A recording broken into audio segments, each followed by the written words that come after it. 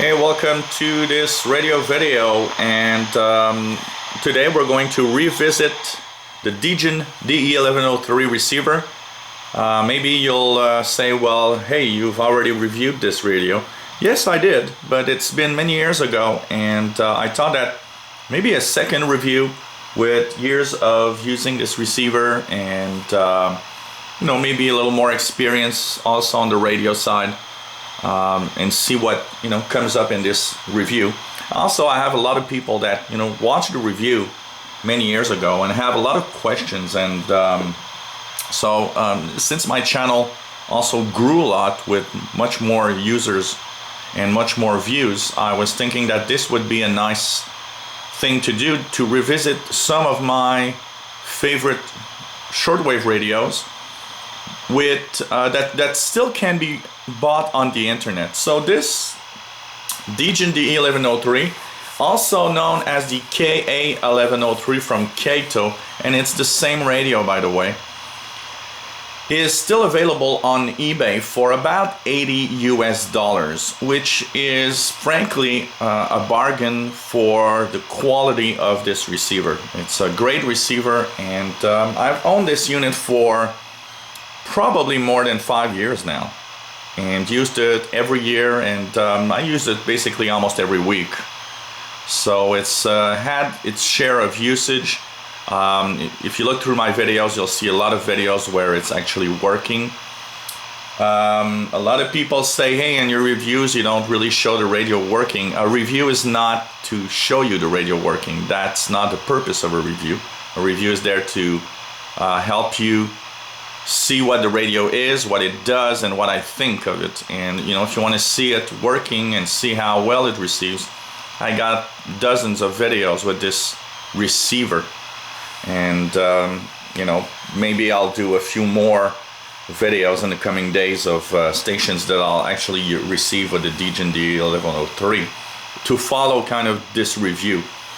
So this is a Longwave, Mediumwave, Shortwave and FM receiver. It's pretty much general coverage, so it starts way down at 100 kilohertz, goes all the way up to I believe it's 29,999 megahertz or kilohertz. Let's just go to 2999. If I go up, and there we go. So 29,999 kilohertz is the highest frequency you'll tune with this receiver. This is a dual conversion receiver, which means that it's a better performer on shortwave usually when you have dual conversion, and also it eliminates a lot of the image frequencies that you'll hear. An image is hearing a station on a different frequency than it is usually on because of the conversion inside the radio, which sometimes creates images. If we look at the radio itself, first of all, front panel, we have a nice large display. What's interesting in this radio is the fact that when you tune, they actually have this little slider. So I'll tune a international broadcast band here. As you tune, you see that they've actually created a LCD needle that actually mimics a analog style radio, and of course you get the digital display and also volume here that is shown on the screen. So it's interesting. I'm not sure that this little analog style display is necessary. I would probably have used this LCD to have a much more bigger numbers and display a clock and stuff like that. But at the same time, it's kind of cute to have this kind of imitation analog. So it's very unique to this radio, and it gives it its own look and its own way of working actually. On the front panel, well, you'll have the band switches here at the bottom. You'll have the single sideband, because this receiver does receive single sideband signals. You have the time, if you want to see the clock. You have the hold button, which will actually help you also log the receiver if you want to take it with you, for example, put it in a bag, sometimes when you're in the bag, what happens is that this can actually press on the buttons, and so it can turn on the receiver when you don't want to, and so on. It also holds on, so for example, if I press the hold button, everything is locked in place, so you're sure that if you touch it, nothing happens.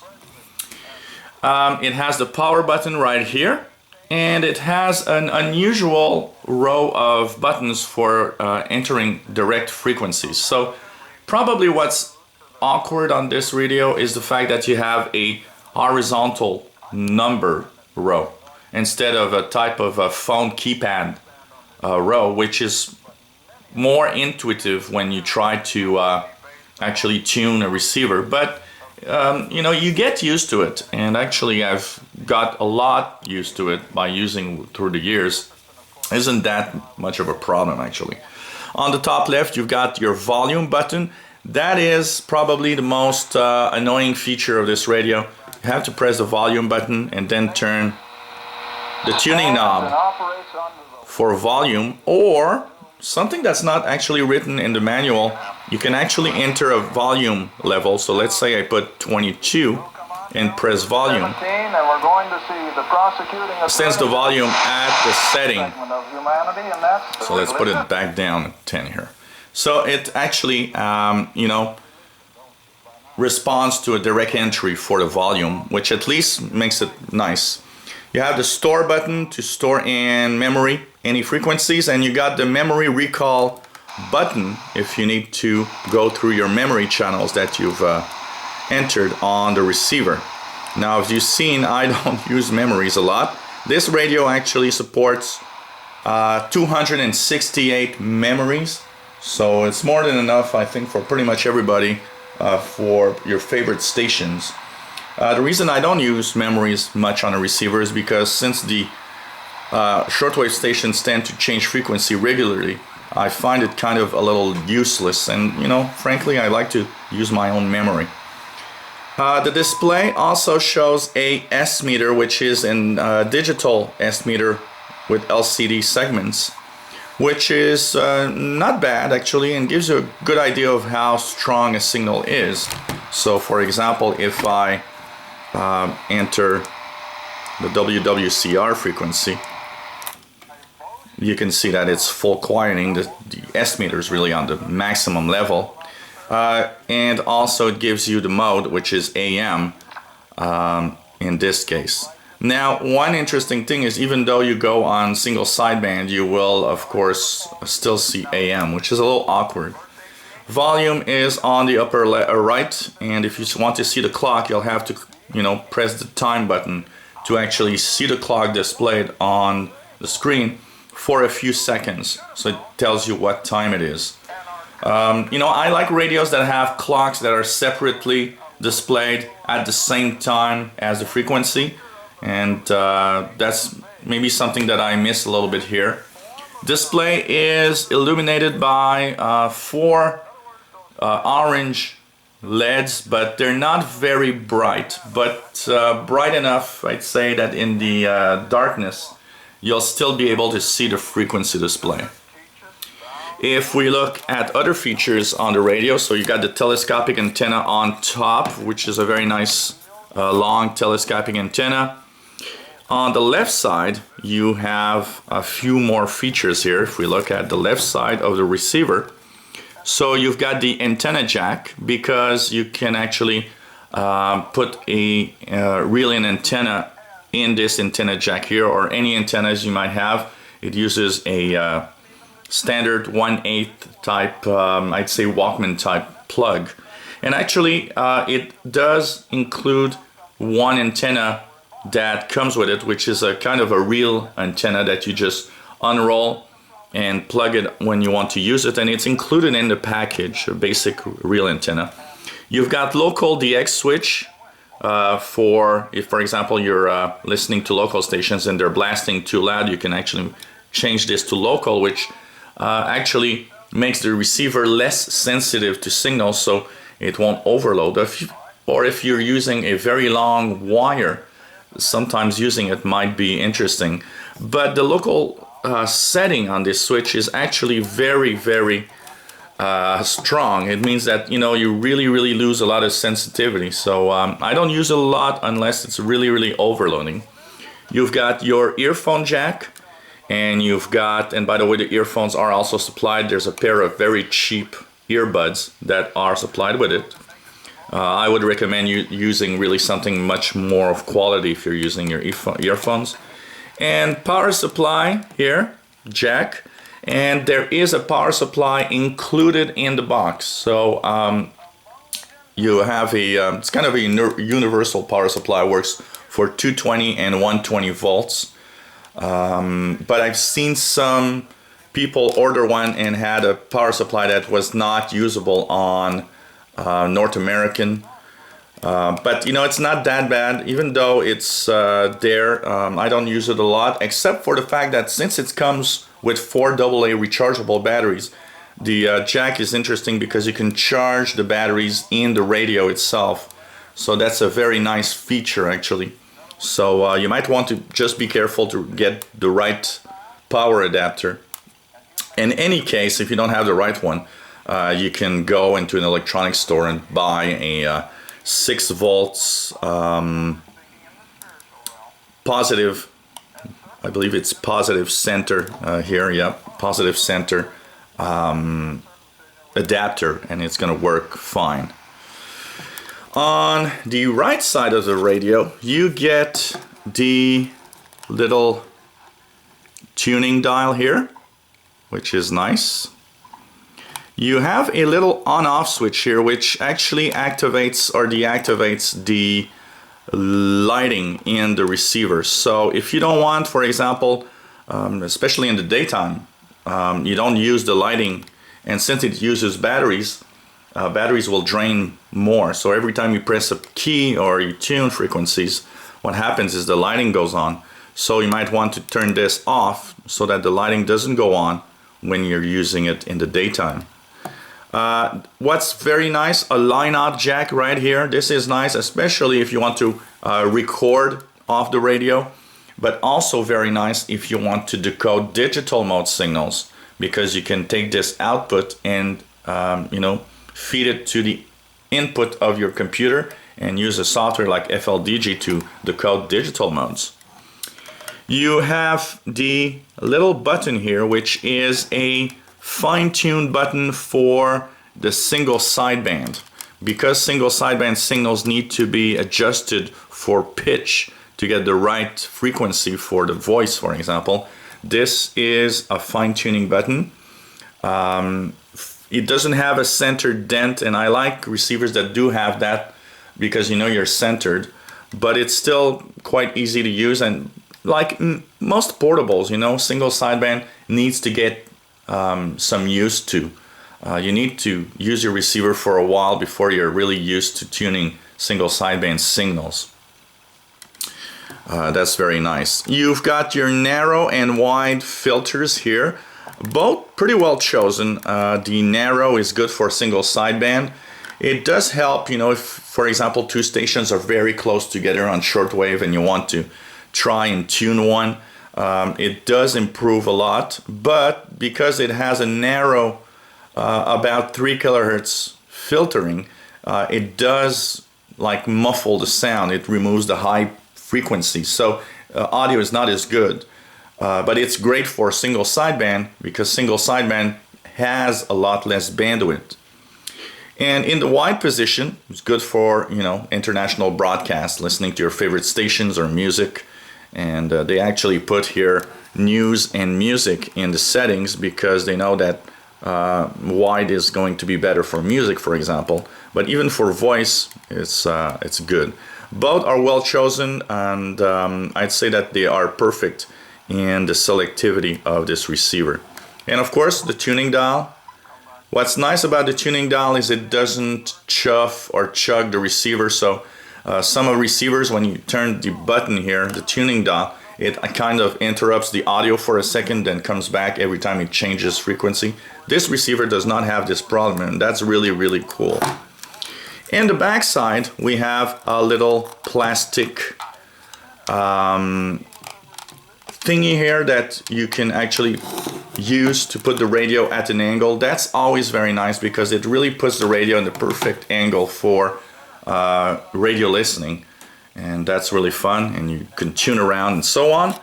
And it does have a little bit of the details of the receiver itself with FM and AM and all of that. And here it has a power adapter, which is 8 volts actually here. And finally, you've got the battery compartment. Now, I broke one of the little pins, but it has one major feature that I love when you actually get it new, is that it has these little hinges that prevent you from removing the back panel for the batteries. So it's nice because it prevents you from losing the panel, which is very nice. And I've put my own rechargeable batteries, but they do come with rechargeable batteries. You can also use 6 alkaline AA batteries, which is another nice feature. Performance-wise, on FM, it is a very good receiver. Not the best of all the receivers I have here for FM reception, but if you're looking for a good receiver that will surely bring in those long distance FM stations that you might hear at your location, this is a good receiver for that. You'll be able to hear FM stations very well. It doesn't overload too much. It does, of course, here in Montreal, have a lot of very strong FM station. What happens is when you extend the telescopic antenna, it usually really makes things much difficult because it overloads the receiver on FM. But by opening only 1 or 2 sections, it doesn't overload too much and actually brings me my stations. For example, I'll give you an example here on 107.9 FM, which is my favorite, actually, let's go here, VPR station. So this is Burlington, Vermont, which is more than 100 miles from my location. And you can see that the antenna is not even, open right now. And effect on the greater population. Dr. DeVolke, I'd like to get your thoughts on what we heard from Michael Castellano. As you see here, it receives the station very well, and actually the audio quality is really good. It is stereo through the earphones, so if you put earphones on, you can listen to stereo music on FM, which is always nice because it sounds much better. So FM performance is great. As for medium wave performance, it is very good also. Once again, we'll try to tune something here. Can lead to rises in our back collection. So this is station CFRA in Ottawa. Appreciate you joining us. Hope you can do so again real soon. My pleasure. Thank you. Thank you. Dr. Yanni Freehoff is the medical director. Which is also close to 100 miles from here, so it gives you an idea of how well it receives medium wave. Another one here from Plattsburgh, Vermont. Plattsburgh, New York, sorry. So, it's very sensitive to any signals on medium wave. And it's a great software radio for medium wave. At night, it does receive the, American skip stations, because in the evening medium wave often skips for a couple of 100 miles, and you can hear these stations from far away. Works very well, and I use it regularly to listen to medium wave stations from the United States in the evening and at night. So it's a very good medium wave performer. Also has a ferrite rod internal antenna, and when you plug in any antennas, the ferrite rod is always active, so an outboard antenna has no effect on medium wave itself. It's always through the internal antenna. Shortwave listening is amazing on this radio, so if you're looking for good shortwave reception, this is a great radio for that. You extend the antenna, you can use the of course little antenna that's packed with it also.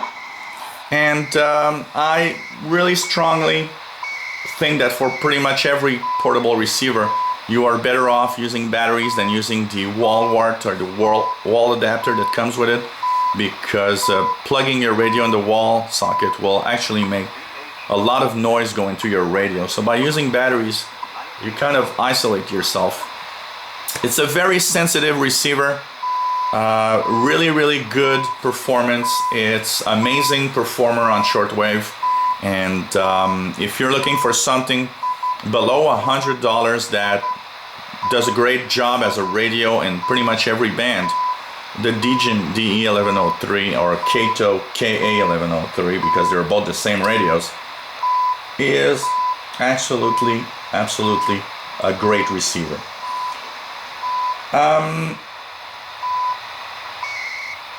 One of the features of this radio also is the fact of the sound quality. The speaker gives out strong audio and very good audio, so that's a very big plus, especially when you listen for many hours to the radio. It's something that's always nice. It has auto scan possibilities, ATS, to scan for stations and put them automatically into memory.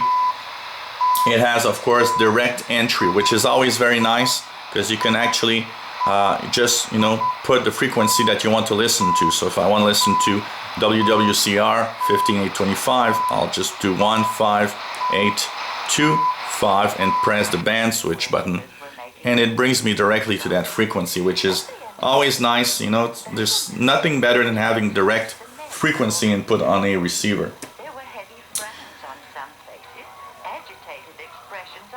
Like I said, it can charge batteries internally, so if you have rechargeable batteries, you can plug this receiver and charge your batteries. It's a slow trickle charge, so for example, I have in here 2000 milliamp hour batteries, which means that I will need to leave this radio plugged in for 20 hours to fully charge these batteries. And that's why I don't use the wall wart that comes with it. I actually take the batteries and put them in a charger that I have that uses, takes only about 5 hours instead of 20. And that's why I have many sets of rechargeable batteries, so that I always have batteries available for the radio. It's available, like I said, on eBay for about $80, shipping included. And I've seen 3 or 4 different sellers that have it online. If you see the Kaito KA1103, it's the same radio. There are a few colors, but there's not a lot. I've seen actually 3 colors. This is charcoal, which is kind of a dark gray. You have black available, and I've seen a silver one available. And I believe the silver one is more of the Kaito KA1103 receiver. That's the one that's kind of silver color. As for the rest, this is a fantastic shortwave radio. Maybe I'll try to tune a little bit of single sideband, see if we can hear something. I'm not sure we're gonna get anything, but you press the single sideband button. It has a little red light that shows you're in single sideband, and which is always nice. And let's see if we can tune something here. Not really sure. I have a lot of noise.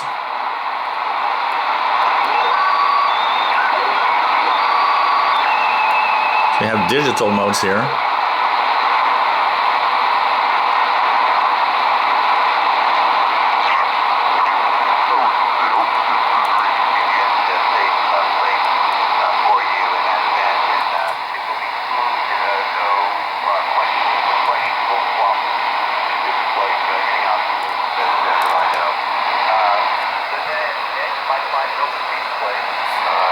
So this is one amateur radio station on the 20-meter band.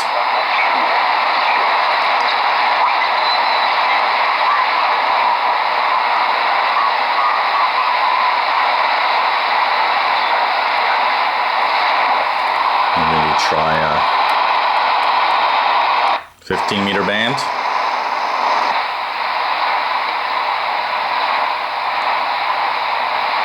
not a lot of stations here for tuning, but it works very well.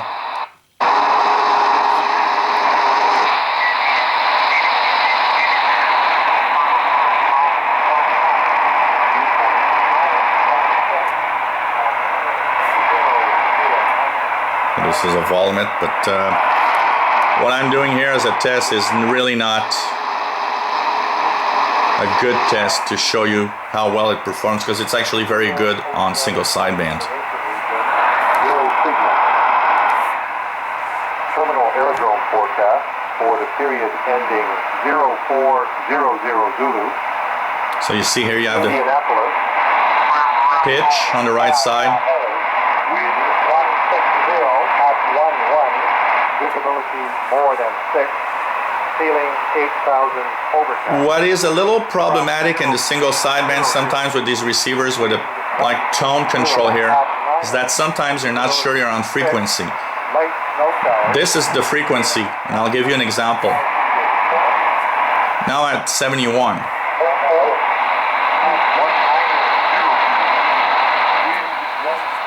As you see, I can still tune the station. So for single sideband, it's not totally precise, and knowing your frequencies is always a good thing, and knowing where you are pretty much in the middle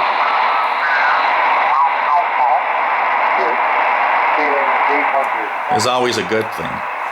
But it's a great receiver. Covers medium wave from 100 kilohertz to 500 and I think 17, then jumps to the medium wave from 520 to 1711. You can adjust the step 9 or 10 kilohertz depending of Europe or North America, and it has shortwave from 1711 all the way up to 29,999 kilohertz, which is the full shortwave spectrum. There are no cuts, no frequencies you'll not be able to hear. And the FM part actually starts much lower than we're used to here in North America. In FM, it actually tunes for all the way down to 76 megahertz. In Europe, there's a lot of stations actually below 88. Here in North America, it is not really used. And so it starts at 76 megahertz, goes all the way up to 108 megahertz. And apart from that, comes with a little carrying pouch and that you can actually put the radio in. Which is always nice also if you don't want to have it scratched. This unit I've owned for I'd say more than 5 years now, and still works great. So quality control seems to be there. I've never had any problem. Maybe I've reset it once. There's a little reset hole here because the CPU might in certain circumstances jam. And it actually happened maybe once when I changed the batteries. The radio wouldn't do anything, so I just pressed that little reset in here with a pointed thingy, and actually came back to life and came back as normal. I've seen some people complain that theirs have, you know, kind of died on them after only a year or two of use. But personally, mine is working really well. And is still a great performer, and hopefully for the many years to come. Battery consumption is very good. If you put rechargeable batteries in there, an example, the rechargeable batteries that are in here are 2000 milliamp hours. They were fully charged about a week and a half ago, and I've used it maybe easily probably about 20 hours of radio use in the past 2 weeks. Or week and a half since I've changed, and the batteries are still going on strong. Alkaline batteries, even better. You'll have many hours of radio listening with alkaline batteries, and great overall receiver. Feels well, you know, when you take it in your hand. Doesn't feel cheap. The buttons don't feel cheap either. Sometimes when you get these receivers, you know, they have this cheap feel to it, but actually it's not. It seems to be quite resistant on the window here, because even with 5 years of use, and I'm the kind of guy that is not very delicate with his radio, so you see here it's not really scratched or anything, and it still works well. So the Degen DE1103, aka the Kaito KA1103, an amazing receiver for $80 US, shipping included. Why not get yourself one? It's an amazing performer, and you will actually enjoy using this radio and all of its features. If you enjoy our videos and revisiting maybe the shortwave radios and everything that we do, why not subscribe to our channel? We're at more than 3,000 subscribers right now, and we're growing fast actually, getting more and more subs and more views every time, so it's really cool. And we will revisit other receivers. If you're wondering how well it performs, well, take a look through the next few days. I will have actual listening experiences with the radio, tuning the different frequency bands, and maybe you will want to buy one. Who knows?